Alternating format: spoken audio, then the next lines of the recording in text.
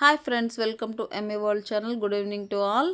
Lotus set చూసారా? 2 days అయింది water మార్చి. నేను మర్చిపోతున్నా, అసలు గుర్తుండట్లేదు నాకు. ఈరోజు గుర్తొచ్చింది.